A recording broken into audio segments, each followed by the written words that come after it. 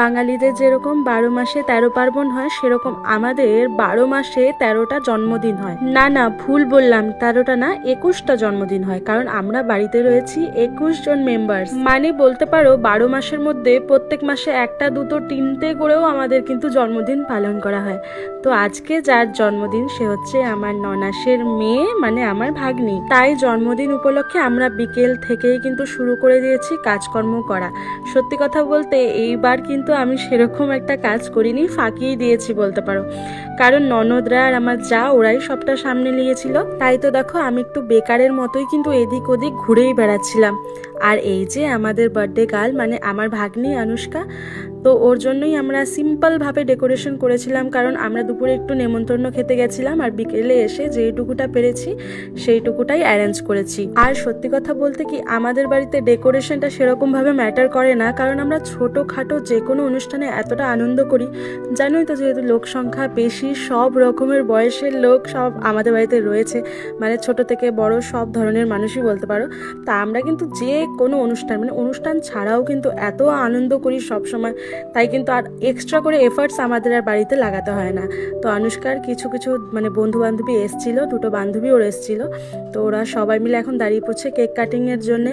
তো আমাকে একবার করে বলা হচ্ছে তুমি মোমবাতিটা জ্বালাও, একবার বলা হচ্ছে তুমি মোমবাতিটা জ্বালিও না, ক্যামেরা সেট হয়নি। এই দেখো আমার মুখটা দেখো, খালি হাসিই পাবে তোমাদের। আমি সবসময় কিন্তু বাড়িতে এরকমই করি, ড্যাং ঢং ঢুং করতেই থাকি আর কি। তো ফাইনালি এখন আমাকে ইনস্ট্রাকশন দেওয়া হলো যে মোমবাতিটা জ্বালাও। তো সব বাচ্চারা এখানে কেক কাটিং করে নিয়েছে, তারপরে কিন্তু আনুষ্কা সবাইকে এক এক করে কেক খাইয়ে দিচ্ছে। আর এই যে আমার ননাস, মানে আমার দিদি, ও কিন্তু খুব লাজুক, ক্যামেরার সামনে সেরকম একটা আসে না, আর সত্যি খুব লজ্জা পায়। তাও আমি ধরে বেঁধে এদেরকে একটু ক্যামেরার সামনে আনি আর কি। তোমরা আমার ফ্যামিলির যে কোনো ব্লগ আসলে এতটা ভালোবাসা দাও, এতটা তোমরা এক্সাইটমেন্ট দেখাও ভিডিওগুলো দেখার জন্য, আর এত সুন্দর সুন্দর মিষ্টি মিষ্টি কমেন্ট করো, সত্যি তার জন্য কিন্তু আমি তোমাদের সবার কাছে অনেক অনেক কৃতজ্ঞ। তো এখন এখানে শেষ হয়ে গেছে আমাদের সেলিব্রেশন, তো এখন হবে খাওয়া দাওয়া পর্ব। তো সবাই মিলে প্রথমে একটু নাটক করে নিচ্ছিলাম, মানে একটু মজা করছিলাম আর কি। তো এখানে আমার আরেকটা ছোট ননদ, যে আমার ছোট শাশুড়ি মা, সবাই মিলে একটু আনন্দ করছিলাম। তো এরপরে খাওয়া দাওয়ার পর্ব স্টার্ট হবে।